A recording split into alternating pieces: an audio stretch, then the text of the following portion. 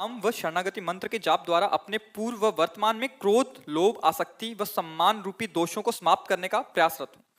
गुरुदेव, इस प्रक्रिया में कभी कभी ऐसा लगता है कि इन पर नियंत्रण प्राप्त कर लिया है, परंतु अगले ही क्षण अपने आप को इन दोषों से हारा हुआ पाता हूँ। ये सब अहम का भी खेल चल रहा है, देहाभिमान का। असलियत में ये प्रयास से नहीं ठीक होते, ये कृपा से ठीक होते हैं। प्रयास में अहम प्रधान होता है। अहंकार विमूढ़ आत्मा करता हमिति मन्यते। मैंने ऐसा किया, मैं ऐसा करूंगा, ये कभी नहीं सफलता प्राप्त हो पाएगी। गुरु का आदेश है, उन्हीं का बल है, उन्हीं की कृपा से ये ठीक होंगे।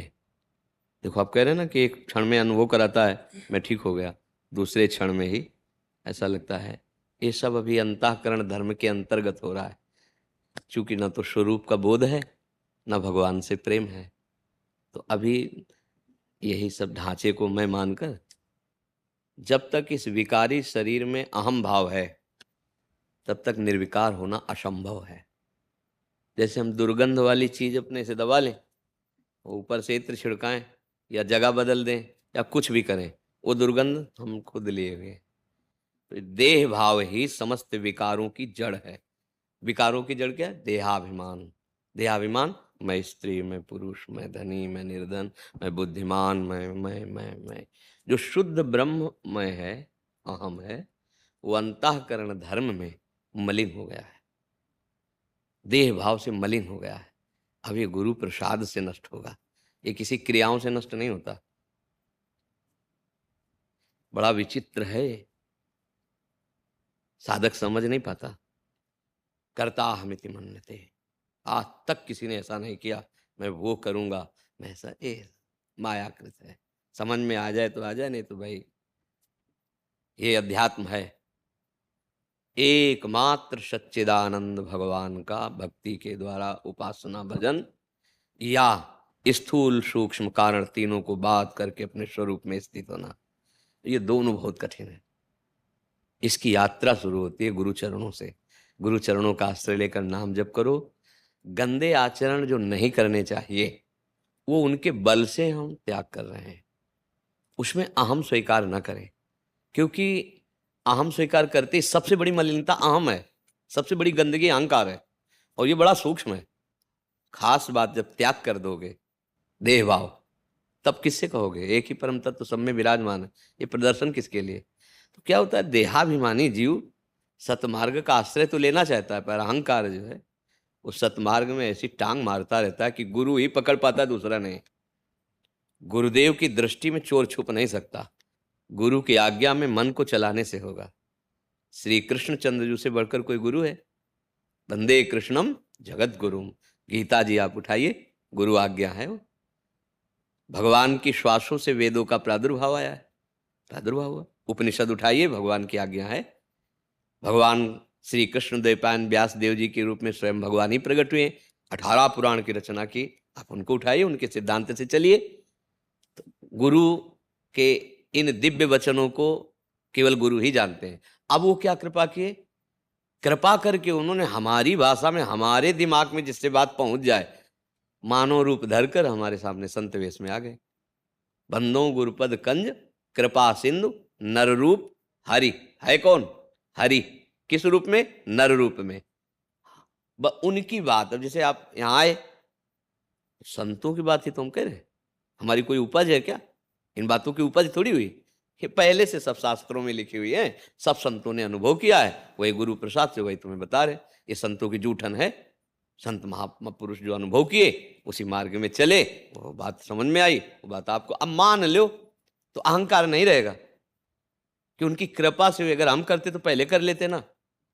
जब अहंकार रहित साधन बनता है तब जाके निर्मलता आती है।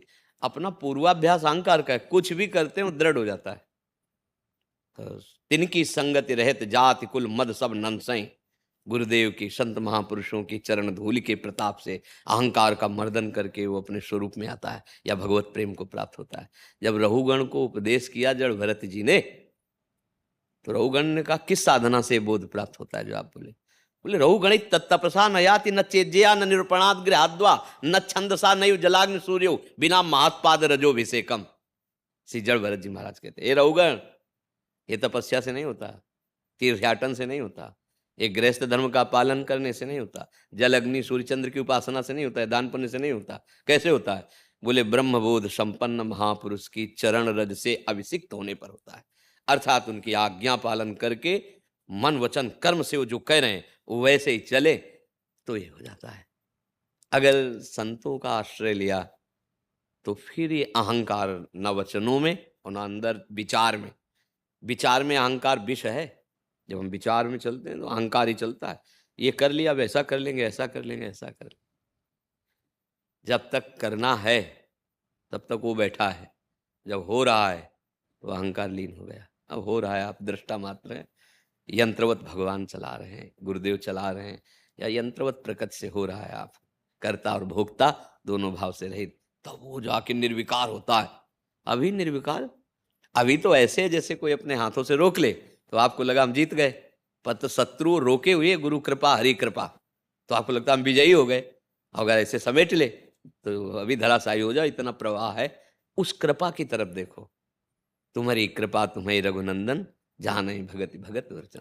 हम पर भगवान की बड़ी कृपा है, गुरुदेव की बड़ी कृपा है, संतों की बड़ी कृपा है, जिससे हमें सतमार्ग मिला, जिसमें हम चल रहे हैं उन्हीं के पावर से चल रहे हैं, वही अनुभव कराएंगे।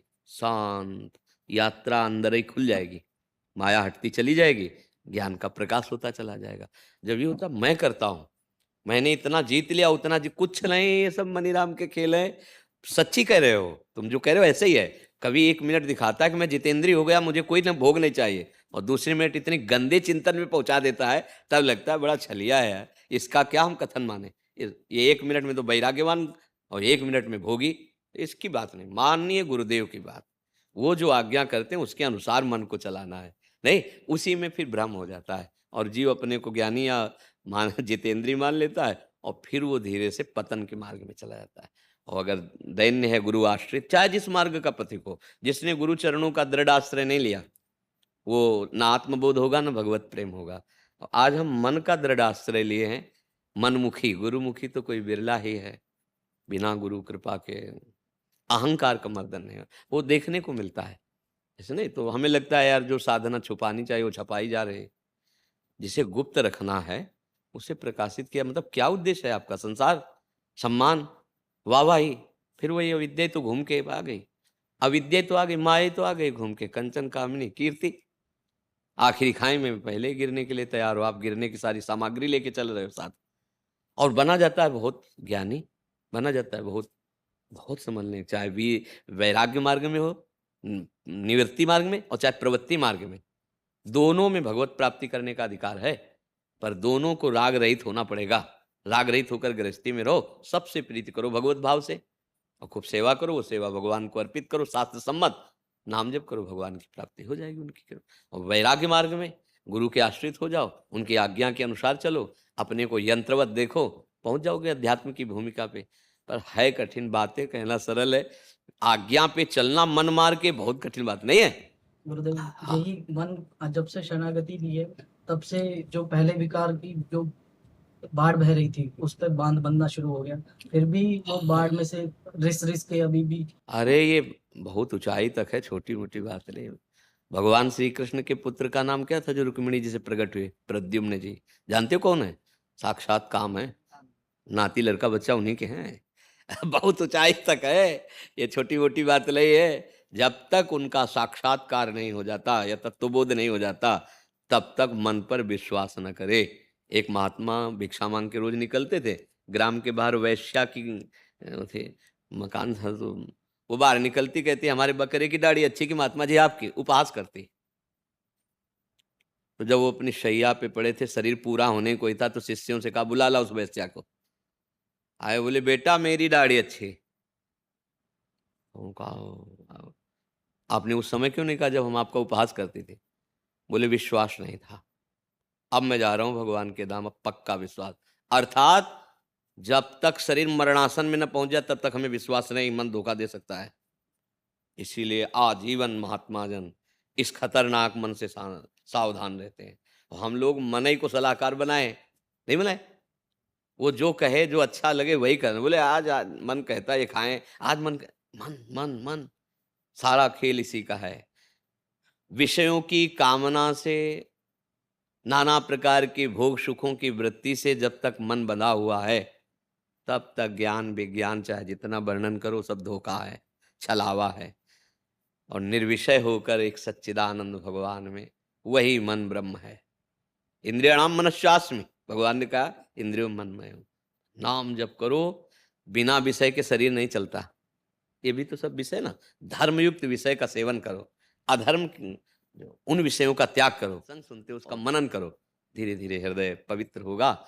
जैसे निर्मल जल में, शांत जल में हम नीचे क्या है देख सकते हैं, ऐसे निर्मल अंतःकरण में, शांत अंतःकरण में ये कहाँ से प्रकाशित हो रहा था। तो सब कुछ भगवान कहो, आत्मा कहो, ब्रह्म को, वहां फिर पहुंच हो जाती है। पहले मन शांत हो। निर्मल मन जन सो मोहि पावा, भगवान कह रहे ना।